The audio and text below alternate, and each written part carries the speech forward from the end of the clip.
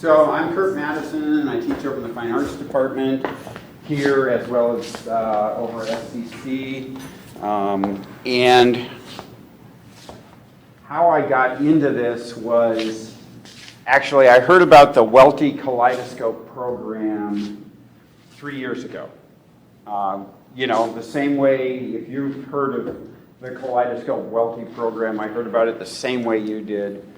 The little announcements coming out of the library, and Mary Ann Goodwin and Mary Carr. There's a new round of those that have just been run up. People are working on those now. There are more coming. If you are interested in, you know, applying for a Welty to develop your open educational resource curriculum for your course, there is the possibility of extra cash out there. So that's a good thing to know. Anyway, I looked at the program and I said, well, you know, I started teaching online in the arts in, I think, 2007, maybe 2008. And by that time, I had already reached the point of being extremely frustrated with the state of fine arts publications. To the point where, you don't want your stinking textbook kind of attitude was well entrenched in my mind. So I started teaching online without a book. What I've been doing is collating all of my notes. If a student said, well, I don't understand what context means in terms of a painting. If I had 2 paragraphs to explain what I meant by context, then I saved it. So I had this whole body of stuff, and that's how I did my Welty thing. Now, one of the things that's important to remember about open educational resources is you don't need to do what I did. It's not about writing your own stuff. I just saw it as an opportunity to collate and edit and pull my stuff together in a better way. And I thought, hey, that's worth it. And they liked that. Okay? So I did that, and then I ended up having met the people with Lumen Learning who are administrating the Kaleidoscope grant, which is funded by either the Gates Foundation or the Hewlett Foundation, and blah, blah, blah, all kinds of stuff there. So I ended up doing a fellowship as well, which I'm just on the end of. So I've done two years now, and it ends up being about 3 years of work and activity, simply because I played with the pencils and wrote the grants. Okay? Like I said, you don't need to do that. There is a lot out there for open educational resources, and we're ready for a question. I mean, I can talk about all kinds of stuff in here. One of the things that I really hate about a lot of these kinds of talks, and having gone to, I've been kind of into going to conferences the last 4 or 5 years, and one of the things that's really frustrating to me, partly because I come from the fine arts, is that somebody gets up here and teaches English, and everything they tell you about applies to their English curriculum, and it doesn't help me at all. So the reason I'm here is to try and unsnarl any snarls you've got, or any questions you've got about open educational resources and how this all works. Go. Kim said I had to volunteer, right? So what I'm interested in is, of course, how to get to the resources where these things exist. Right. And then, in particular, in the field that's relevant to what. Right, and remind me what your field is. Well, for me, it's accounting. Right, okay, great. Okay. Should we run with that for a little bit? Sure. Okay, is that a good place to start? Okay, great. Okay, so how do you find it? I want to get, and maybe we should run another piece of paper around. Oh, no, better yet. Here we go. Here is my email address.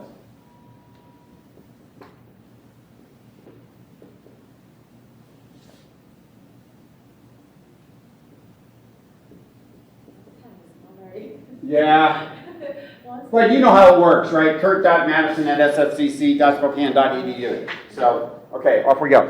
If you send me an email, I will then invite you into my OER notes canvas shell, and I've got 5 pages there as a start, and it's got a ton of links.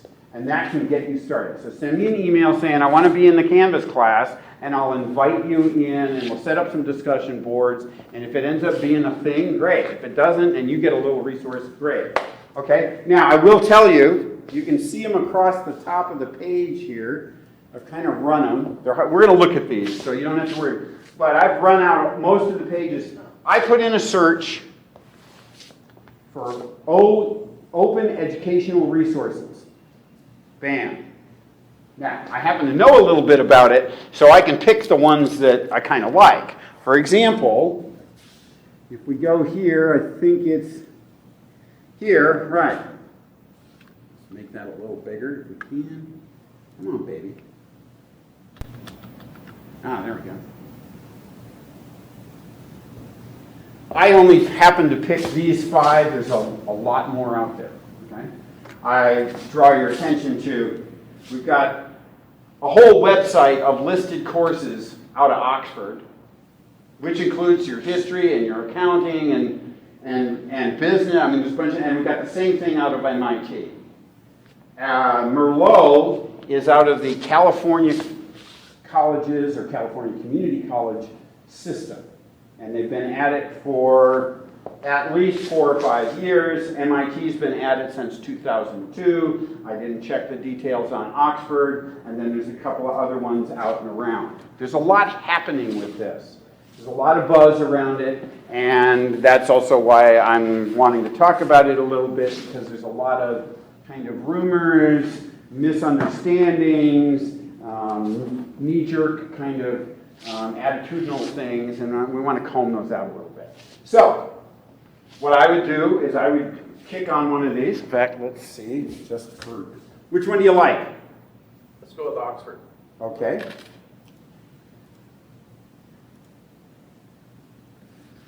Now, while it's doing this, I'm going to, okay, that wasn't too bad. One of the things that I ran into, and I have a piece of paperwork which I left at home that I printed out, one of the real problems, one of the barriers we're running into with open educational resources is a lack of technical support. Okay? If I'm at home and I go on a website, my computer loads. Right? Canvas right now on campus is a little sluggish. Why is it sluggish? Server support. Okay? There's a lot of talk on the managerial level in academia that, oh, this OER thing is the big thing. This is where we want to go. This is what we want you to do. But I don't feel like we're seeing the hardware support for it. And that's a big problem, okay? And we'll talk about that a little more. Okay. Well,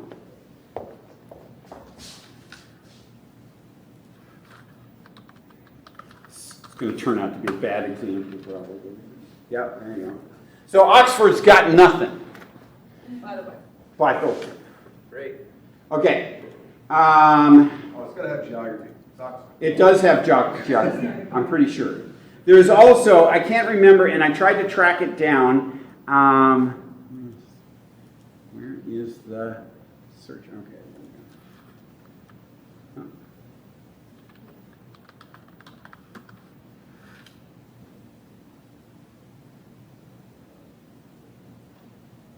Oh, come on. Is it cranky? Can't tell. This screen is really weird. You can see it better up here. Okay. Did I spell it wrong? No. You might need to change subject matter. Now, we got business. Go. Come on. Okay, so I'm batting 0. I'm sorry about that. I know that I have seen accounting coursework worked on. Okay, I went to the Open Educational Conference down in Salt Lake City 2 years ago, and that particular conference had a lot of faculty members. And they had a room full of tables, and we had the art table and the music table and the history table and the business table and the accounting table, and there is stuff out there. Some of it's going to be, you got to do the bid. Sorry, I'm not like being perfect here. No, I understand. It's okay. I'm pretty confident we've got stuff out there. We got a little social science hit. That was somebody, right? Okay. Yes? Yes. Margot? I just had a quick question.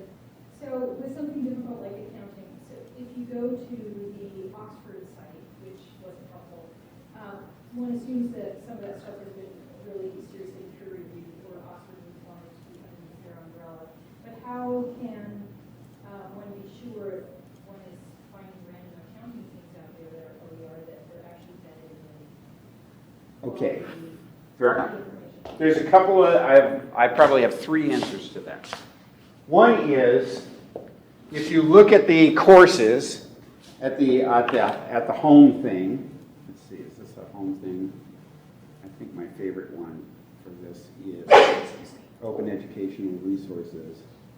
And let's see, home. And where did I read all this stuff last night? Maybe I used a different one. I'm not finding. Most of these sites will talk about their provenance, right? That's what we're talking about. Where did this stuff come from and all that? And is it peer reviewed? Is it corroborated? Can I trust this stuff? Most of them will address that.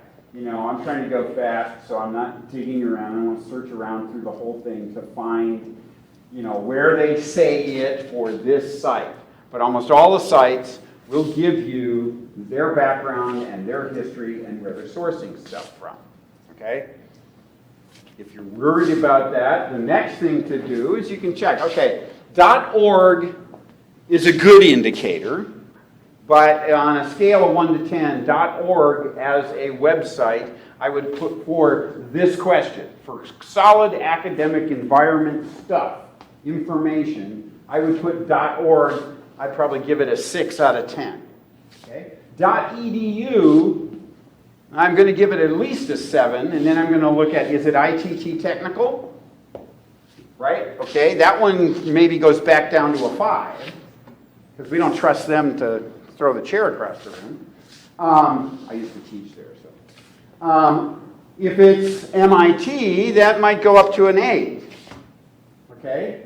Because I'm going to kind of assume, although I'll go and read their thing about their program, I'm going to kind of assume that they've vetted it to some degree. Now, my third comment in there, in relation to that, is when you get that textbook, whichever one you've been using, and they make a new copy of it, they send you a copy, this year's model, how do you know that that's worth anything? How do you know that whoever it is that wrote that book, who's working for, you know, People's Prentice Hall or whatever it is, how do you know that their provenance is any good? What's the source of their information? In a certain respect, we don't tend to ask that question. To a certain extent, we kind of accept, oh, it's a textbook. Ooh, right? So, if we're going to be fair in here, we ought to either apply the same level of scrutiny to all of our materials, or we should apply the same amount of allowing to all of our materials. The real push, the real push is going to be, is it good content? Do you look at it and you go, yeah, that's how I want to say it, that's what I want to talk about, those are the subjects I'm looking for. Yeah. Just something that I use, a couple of things that I've looked at is sometimes you'll have individual professors who post just their own stuff, and it may just be like, these are my ideas from my class, but a couple of resources that I use when you get institute online, so there's University of Virginia has something like the same with witch trials, where you have like a full team of professors, and so I trust that and like all their graduate students, and then UC Santa Barbara has one on broadside ballads. So I trust those more, or just my own, than just And what would you say the primary thing is there that helps you trust that? Just the fact that there's a built-in team, that you've got Okay. several colleagues and graduate students working together, as opposed to, because there's the guy, is it Boise State, who's the Bigfoot expert? You know what I'm saying? Like, Mm-hmm. and I don't know if it's Boise State or if it's, I know it's not UI, but it might be.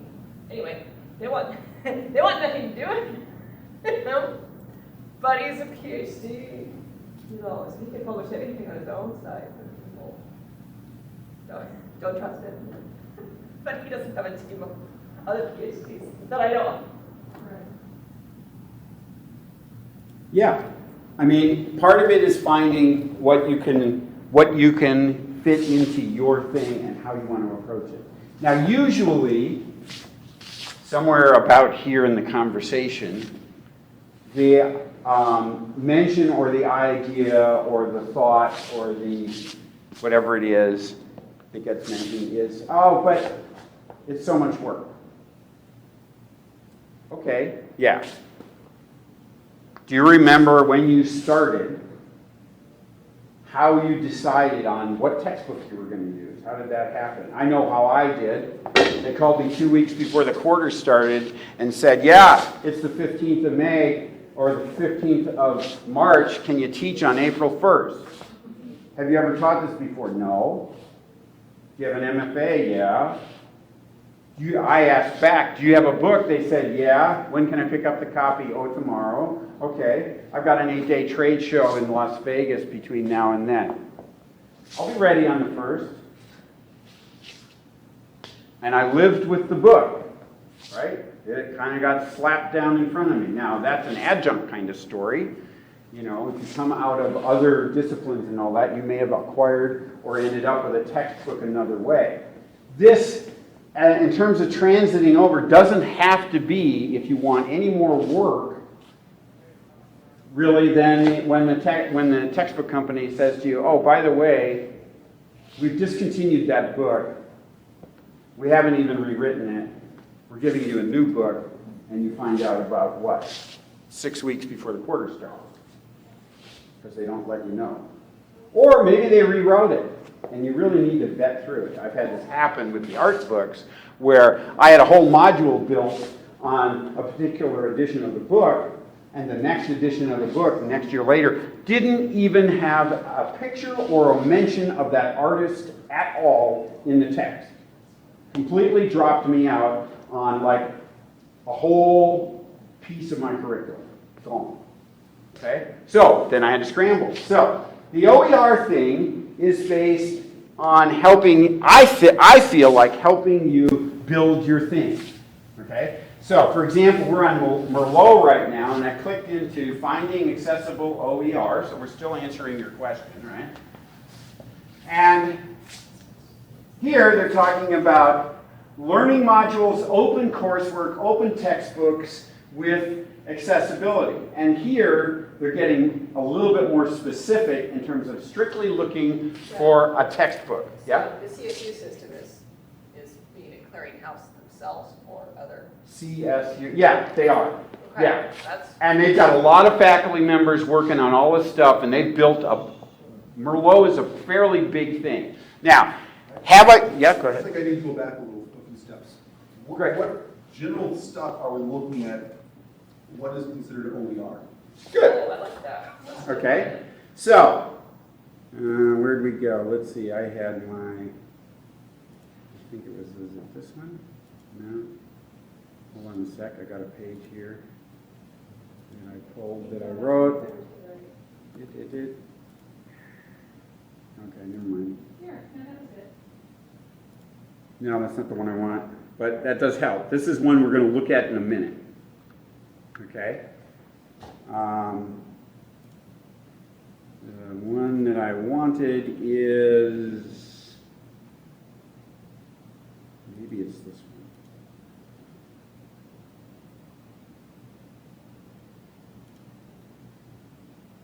Oh, I know what I need to do. Here it is. There we go. Okay, so I pulled together some stuff, kind of shotgun, to try and answer some of these. I knew these were coming, so I tried to get it. This is the opencontent.org website. They're one of the information sources for open education or open content. And they're talking about how do we define that, right? What does it mean? Now, with that, there's a guy, his name's David Wiley. He's spoken here on campus or in the district several times the last 2 or 3 years. And he has fairly extensively written out and expanded on this thing that is up here that we'll call the 5 R's. And that, if you want, is what are we talking about? We're talking about materials that, number one, you can get a copy of it, and you get to keep it. Right? It's not like one of those things on YouTube where you go out and you can see that video, but the next time you want to go try and find it or get it, it's gone, right? Okay, so one of the first things is you got to have your right to own and control a copy. The next one is you get to use that copy in a variety of ways depending on how you want to use it. Right? You have open use of that. If you want to change it, revise it, improve it, proofread it, put that point in front of that point, okay? You get to revise it, and it's all there. Remix, they're talking about, we're talking about hip-hop and hacking, right? I'm going to take this piece of stuff and I'm going to jam it into this piece of stuff, and with a brief edit, I've got a piece of stuff that I really like and focuses into my class and how I want to think about it and how I want to do it, okay? So it's a remix, and then, ideally, you have the potential with all of these things ahead of you to take your remix or whatever it is you've got, add your name into it, and ship it out, okay? That's the nut, if you want, of open educational resources. Yeah, that's raising questions in your So, yeah, it's raising questions that we were looking at earlier, how do we trust a site? This almost sounds like Wikipedia. Yeah? You got a problem with Wikipedia? Huh? Let's go. Yeah, let's go. Actually, Wikipedia has really shifted in the last few years. I've been watching it a lot. And they're working really hard. Yes, are there problems there? What's the solution to the problems on Wikipedia if you really want to dig into it? Write it. It's open source. You're supposed to be on the, if they got it wrong, you're supposed to tell them they got it wrong. And there's several ways to do that. Let me show you one thing that fits in here, because there is some of that. Right? Which is why we end up talking about corroboration and provenance. Where did it come from? We sort of have the assumption that if it's on an EDU site, it's got a little bit of a, review approval on it. Is that accurate? Can we trust that? A little twitchy there. But not as twitchy if it was .com, right? .com, they get to do whatever they want. It's a company. The reason I went ahead and brought this up is I believe we should see it. Well, let's go to a page. Let's see what happens when we go to English. Page. Oh, come on. Here we go. Okay, can you see that? I bet you can't.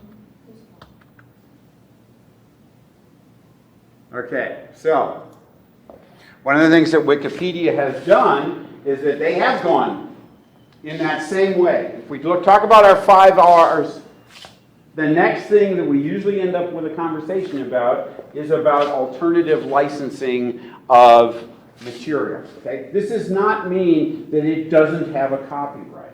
This means that a team of lawyers have sat down and really dug in and looked at and thought about the state of copyright law, actually internationally, and they have come up with a system of alternative licensing that reserves your rights to your intellectual material, but allows you to say whatever you want for usage of that. Okay? Now, if you definitively want, this is my stuff, and you can't have it unless you pay me, well, then you go with copyright. No problem.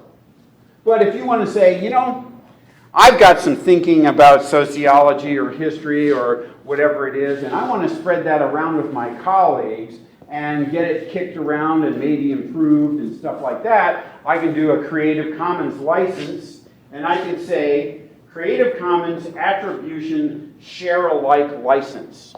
What does that mean? That means that I write a thing and you can take it, and if you're going to put it out or you're going to print it out for your students, let's say, down on the bottom you're going to have text available and additional terms may apply, Wikipedia Foundation, except that if it's my stuff, it's going to say, you know, original materials from Kurt Madison, attribution. That's attribution, okay? So I've got a CC BY is what they call it. We'll look at that. So there are different levels of availability. Yes. Okay, let's see. Did I pull them up already? I think I did. Okay. I'm going to get way too many tabs up here and get completely lost. Okay, so here's the Creative Commons website. By the way, all of this is in the little Canvas module, what I built for you. Okay, so you can poke around it. Here, they give their discussion and provenance and all that kind of stuff. They have various layers as they discuss it in terms of legality and readability and machine readability. And here's what the licenses look like. Can we see those okay? Let's pump them up a little bit. Okay? So, currently, all the stuff I've done over the last 3 years in the arts is licensed under a Creative Commons license as attribution, CC BY. That means anybody can take it and mess with it and do anything they want to it, even sell it. Somebody could take all my stuff and re-edit it and put it into a book and sell it. But they have to put on the book CC BY Kurt Madison, SFCC, Community College, and Kaleidoscope Project, and probably even Lumen Learning. And they have to give us all attributions on the stuff, legally.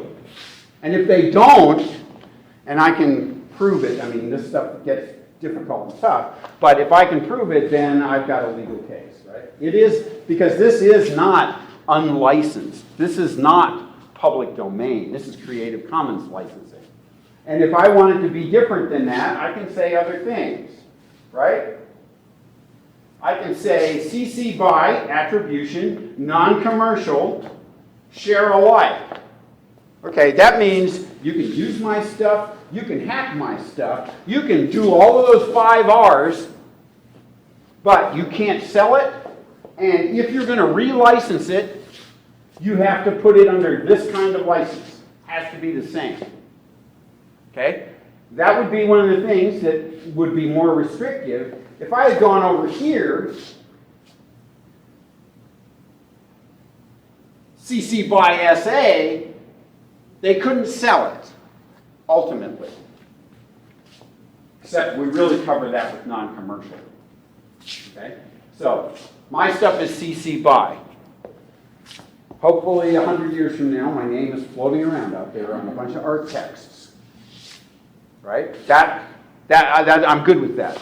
I'm happy with that on my writing. Okay? Some of this doesn't matter. You're going to use the stuff, and you're not going to worry about republishing and all that kind of stuff. Yeah, Penny.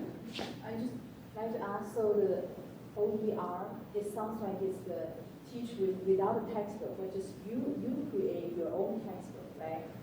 And then do you only use that for your online class or also for the on-ground you use the OER approach? Right. Okay, so there's actually a couple of things in there. One, you can find, you have to dig a little bit, but as we saw on that Merlot site, they had open textbooks, and then they had basically like open modules, right? So you could go in there and you could search it up, and you could find 15 modules from 8 different authors if they seemed together the way you wanted it, and you could fill in your take on accounting or the important bits in there, and you could build a textbook format.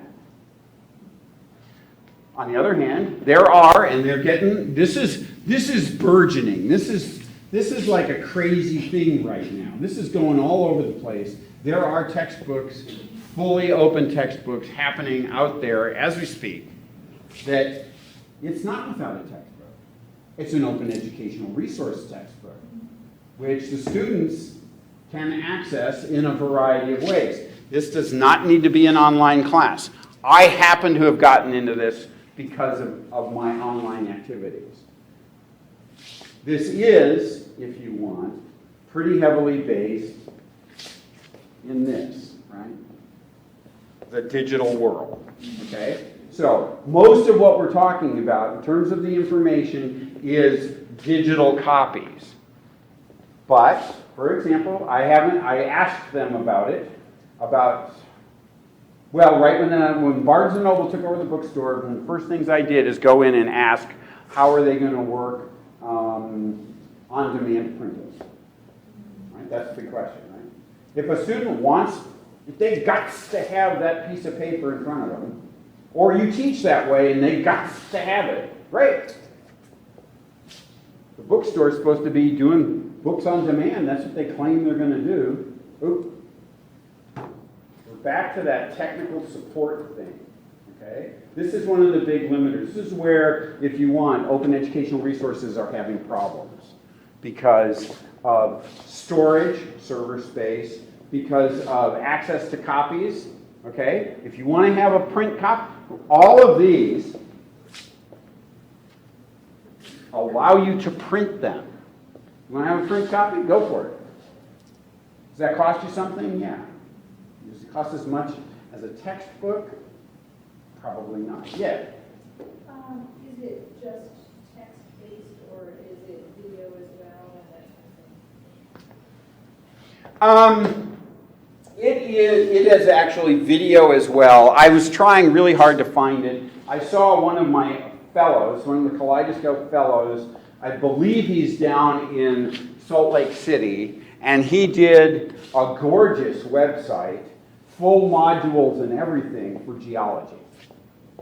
It's hot, right? I mean, it opens up, it's got the videos on the front, it's got the modules, it's got the images, it's got the graphing, it's got all the stuff. He's got the full geology website there. But I couldn't find it.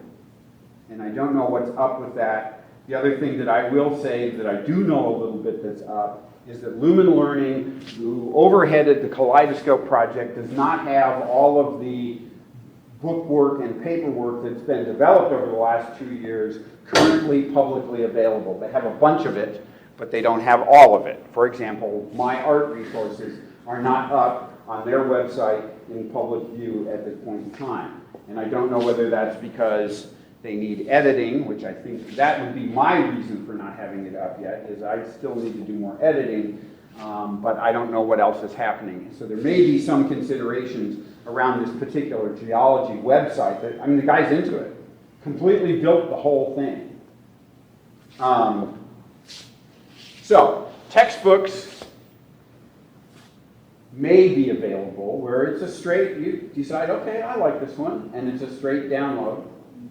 Or you may have to go with chunks and bits and dig around, and in that case you're doing at least a partial write of your class if you want, in terms of cobbling it together. Or you can end up kind of where I am at this point, where all of the media that I bring to my class is either paid for through the school. When I lecture, I use ArtStore a lot, which is this massive image database that the library pays for. I use ArtStore, and I heavily use Khan Academy, which I don't know. Okay, confess I have no clue about accounting. But if they have certain math units that they need to learn, right? They need to learn these basic math units. I'd be willing to bet that you can find those basic math units on Khan Academy. Yeah. So, have they gone into assessment, open source assessment? That is one of the biggest things that has been talked about the last 2 years at the conferences I've gone to. And that is acquiring or having more assessment available in the materials to move to students. I have a little trouble with that. because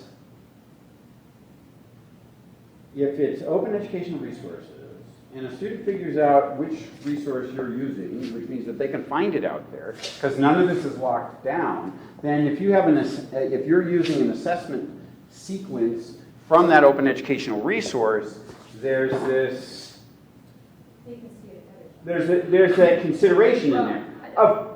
Of course, then the other thing is, which is how I treat my class, you know, if they go and they find the assessment and they study up on, 150 questions, and you only ask them 30, then that assessment function and those question functions becomes a study function on the load of the student. And I don't have a problem with that. If I make them study 150 multiple choice questions and I only ask 10 or 20, But that's not. I'm happy there. Yeah, go ahead. The class, though. That's not what? I don't think that's part of the definition of a class is to have it like an open assessment, right? Because some people use the textbook quizzes and some people write their own. Right, quizzes. but in general, the publishers, when they publish that teacher supplement to a textbook, they are trying at least, and they're hoping to claim at least, that they're being extremely careful and private about those Helpful. tests and Yeah. texts and stuff. Yeah, exactly so. But that's the question that comes up around assessment. They are working heavily in here to have assessment because that's another one of those questions. That's immediately the question. We've talked about where can I find it? What's there? How much work is it?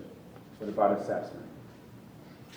Well, it's better than reinventing the wheel and developing your own from scratch. Right. Well, and the other thing is, in some respects, you don't necessarily need to, if things went well, okay, I realize that's like an if in, 14-point text, bold, underlined, maybe in italics, if.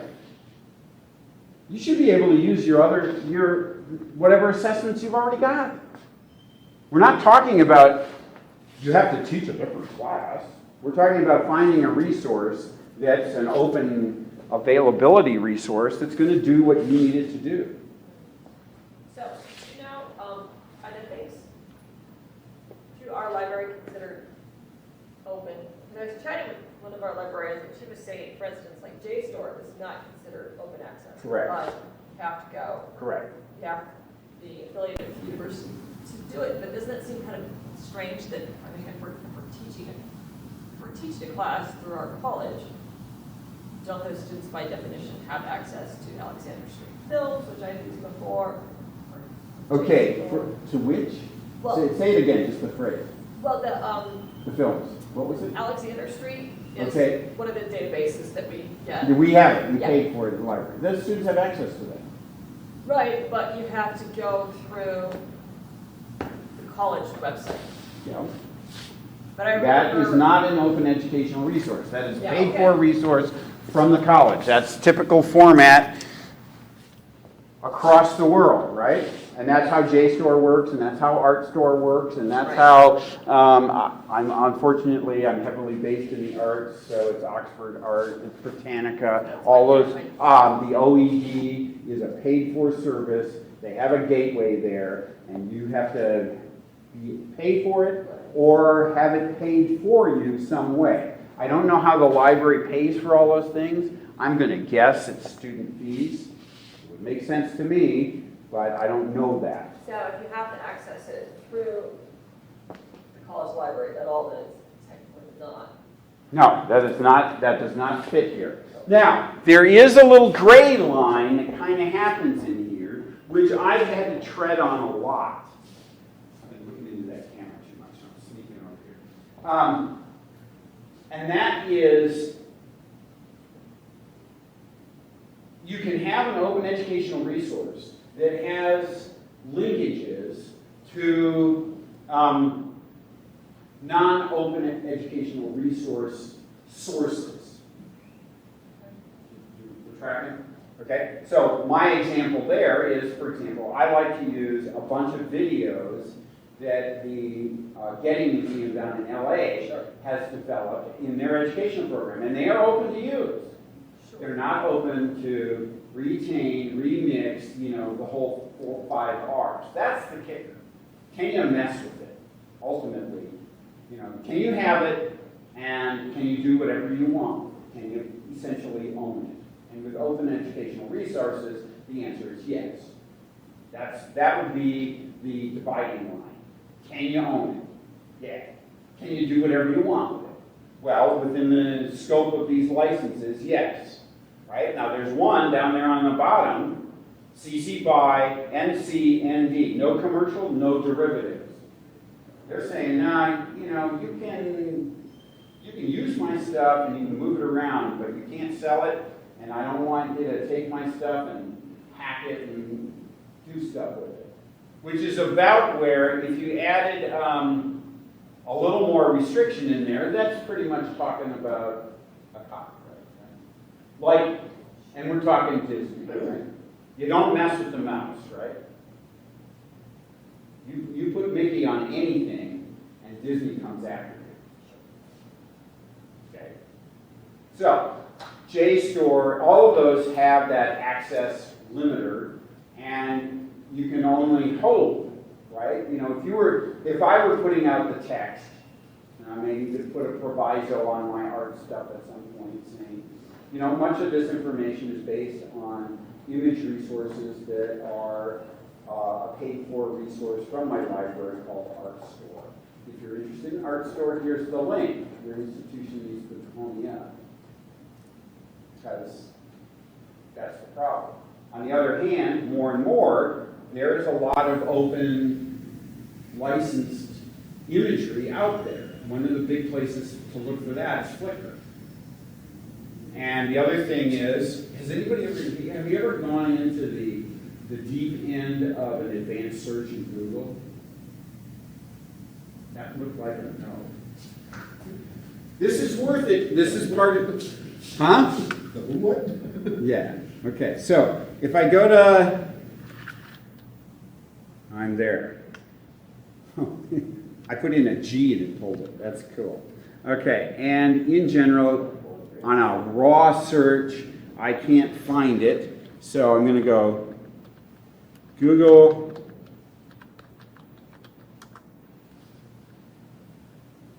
Advanced, I just want the search. Oh, there it is, okay. Okay, Google Advanced Search. This is like doing your Boolean phrases and all that kind of stuff, right? So you can go in here and can you read that? Is that better? Okay, so you can do all your stuff and You can pick your domain, so you can eliminate .com and only have .org, .gov, and .edu, assuming that those are sources that are a little more reliable. And down here, I've got usage rights. And I can put, you know, free to share and modify. And then I can search for whatever. And ideally, that's going to bring me closer to open educational resources that I'm searching for. Right? Okay? So that's, you know, again, ideally is in there like that if, right? Some of this is kind of vague. I'm sure that there is information for all of your fields out there. I am more confident of saying that than I am of saying that there's information for my field out there. Partly because out of the, 60 Kaleidoscope fundees 3 years ago for a variety of different courses, I here from SFCC, here in Spokane, am the only art guy in the country that did the project. They were supposed to have 5 art people collating and editing, just like you were talking about. You know, we're supposed to coordinate on that, and I'm the only one that said, yeah, this is important. So the other side of it is in terms of the arts. There's a lot of art stuff happening that's available. It's not open educational resource, but I can go onto the Met, I can go onto the Modern, I can go onto the Louvre, I can go onto the Getty. Don't qualify. Huh? Those don't qualify. No, those are not open educational resources. But I can reference them. I can say, for example, I don't believe that, have you ever been on Google Art Project? Okay, Google Art Project, they've been collecting institutions around the world that are in excess of 200 or more, and about 180 of them, I'm going to say, have VR or QuickTime virtual reality walkthroughs, which means that you click on that site and you go to the museum in Dubai, and you're virtually going through, and you can turn this way, look at this painting, and you can turn this way and look down there, and then you can click on that one, and you can zap over there, and if you click on the thing, it gives you an informational drop-down with a high-resolution image that you can zoom into and look at the paint strokes on the paint. Okay. Is that open educational resource? No. Is it a great art resource? Yes. Can I use that as a reference in my open educational stuff? Yes, I could write an assignment that says, go here, work your way through this website, go to the Louvre, look at the Mona Lisa, and zoom in and tell me about the quality of the paint surface. Here's your question. Write me an essay, I want to see it next month. That's fair game as an open educational resource. How are we doing? I want to talk about one last thing that came up big time with someone about 2 weeks ago, which is one of those ones that comes up. Because we've had a fair amount of interest in open educational resources from administration and those kinds of things, one of the concerns that's in here is that if we're doing open educational resources, we're going to have some kind of problem with academic freedom and constraints of academic freedom if the system at large is pushing us to do this open educational resource thing because it's the current buzz. And I can understand and I can see that concern, right?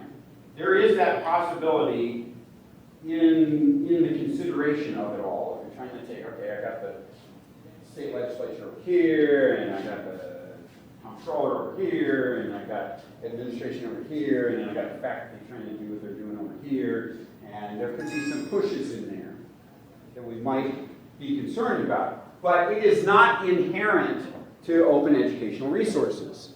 That's a different problem. Okay? Open educational resource does not have any constraint on how you build, what you say, any of the stuff about your curriculum, any more than Pearson Prentice Hall does, which that's a different conversation, right? Pearson Prentice Hall is driving our curriculum big time. I actually just saw, does anybody watch John Oliver? HBO? He is funny as hell. Is he accurate? I think he actually digs into issues pretty well. So he mostly presents it totally as comedy and humor, but he had a big dig into the SATs, standardized testing, Pearson Prentice Hall, amongst other companies, and the state of education in the United States. It was pretty interesting. The big book companies own the testing companies right now. And that was a big problem. Right? It was really, so we have, just as much as you may have questions about how good is the provenance of this artwork, it's like how good, or this textbook, or this piece of information, it's like how good is the provenance of this textbook that they're cranking out as hard as they can so that it matches the tests and, whatever the thing is. We've got some problems. But they're not with OER. They're deeper in the system. How are we doing? That looked like a thought. Come on. How much, one of these Welty grants, what kind of money are we talking? I'm not sure exactly how they're structuring them with the Welty. Mine were structured in part through the Kaleidoscope thing. If I remember right, it was a $4,000 to $5,000 grant. But part of the Kaleidoscope requirement was that I attend the Open Educational Resource or Open Educational Conference both times, and everything except for the conference fee, I believe, was paid for out of the grant.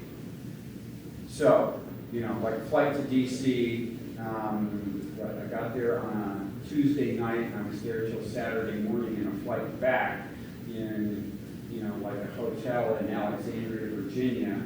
You know, we ate $2,000 worth of that, $5,000. I have not gotten paid for my fellowship one yet. I'm guessing, I'm going to be really happy if I break $2,000 out of a $5,000 award. I'm suspecting that I won't, because of the way it's all done there. I'm a little casual about that stuff myself. I shouldn't be, I really can't afford to. On the other hand, I had the office, you know, or the library or online learning, or they made the plane reservations, they checked on the hotel reservations, they took care of the conference thing, they're receiving the money, they're taking what they need, they're covering all the bases, and I will get a check someday. So. Can you talk more about the fellowship part? Sure. Couple of things. Number one, as I understand it, and there may be something that's refunded, you know, there's a lot of money coming at this stuff all the time. But right now, as I understand it, the Kaleidoscope program, which was heavily funded out of the Gates Foundation, I think, has been ended. Okay, so Kaleidoscope as a thing has run for 3 or 4 years. They've had 2 or 3 schools of faculty members working on various subject matters, and then they had 2 years, I think, of fellowships that ran out of that who were supposed to spread the word, work with their colleagues, do, you know, what that meant is I spoke at the Open Education Conference this last fall. I've done some work with my colleagues over in the art department to work on developing further open educational resource stuff. Actually, I have two of them, pretty much from my influence, have come to me in the last month or so and pretty much said, I want to go without a textbook next fall. How do we make this happen? And so I'm kind of working towards trying to help them through that process. This talk, I felt like made a lot of sense for me to do on campus from my background, as far as I'm concerned. This is part of my fellowship obligations. So it's been a thing of spread the word and move it around and have a project that makes sense. Since, like I said, I was the only art person in the country who stepped forward. There was one woman who stepped forward and then basically backed off, like about a month into the grant. So there were 2 of us. I'm the only one that's continued through. I figured that, at least specifically in the fine arts, not only in all of our fields, but specifically in the fine arts, this topic needs to be talked about. Partly because I really hate almost all of the textbooks. It's not, I mean, I'm not using a textbook because there's a really good one there, but I think it's too expensive. There is not the one there that I feel like makes sense. And maybe it's for our students. I've been teaching Art 100 almost every quarter since 2004. And I've got a pretty good sense of the question, you know, I can give you a rundown. The first 10 questions that I'm going to get that are big issues for art appreciation from our students. And I suspect that if I were teaching in a 4-year school in San Francisco, those questions would be different. Yeah. You've obviously gained a ton of knowledge about this, but for somebody starting out, how much did you know when you started, or how much does a person need to know to get started if they wanted to pursue one of these? Okay, couple of the things that are the bullets. We kind of handle these, but the things that are the bullets for me, and I did not know anything. Okay, I did not know OER. I had never heard of David Wiley. I had never heard of Creative Commons. I had never seen any of the stuff. I had never noticed that on the bottom of the page in Wikipedia is the Creative Commons licensing thing. And I'm vaguely interested in this stuff, okay? I go along, I mean, I have survived extraordinarily well in the fine arts because you throw a computer at me and I say yes, and I figure out how to do it.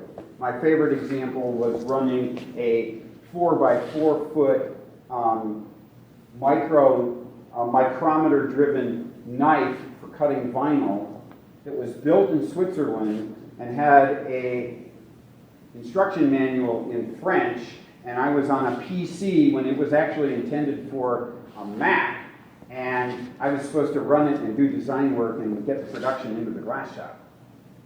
Did we do it? Bob the Builder, yes we can, you know? It's like make it work. So I've been making it work without the textbook, and when I saw the Kaleidoscope thing and I read through it, I said, this is interesting. And I made a point of going, well, actually, that's probably when we were on Angel. So we'd been on, I started teaching online, and I was in Blackboard, and then they switched the system out from under me, and we went into Angel, and then they started having more conference stuff around e-learning, and I was trying to build that up for myself. So I went to these talks over in the Hagen Center over at SCC, and one of those was David Wiley, who essentially wrote those 5 R's. And these links, let's see, 5 R's defined. I put them on here. Okay, this chunk is from the open content guys, and this chunk, here it is.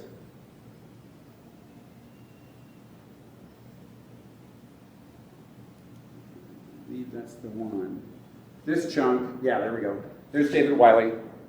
Here's some of his text. This is responding. This is when he added the 5th R, which was the retain. Because he'd written the 4, and he'd been talking about it a lot, and probably that 4 years before then, somewhere 2010, is when I saw him talking about the 4 R's, and that made sense to me. And he immediately couples that when he talks, kind of like I did, but he's more extensive, with the discussion about Creative Commons licensing, which these are pretty entwined. There are other licenses out there, although I tried to research that the last 2 days, and I could not find a good response to that. A lot of this ultimately comes out of the kind of thing like Linux, right? Open source, that the software, okay, so maybe it's the knowledge around accounting, right? That's the software, should be open source. Information should be free to be acquired. I mean, that's a basic idea between all of this. And, you know, some of it, and one of the reasons I also wanted to, and I hope I'm not coming off as a zealot, right? There are some people out there who are so OER, it's like too much. Right?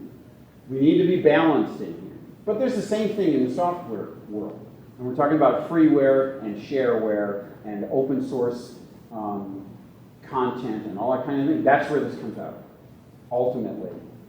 One of the reasons I'm really kind of interested, that's why I started talking about the computer end, why I'm interested in that computer end is that there are things that I want to do as an artist that require, at this point, some pretty hefty programs, and I can't afford them.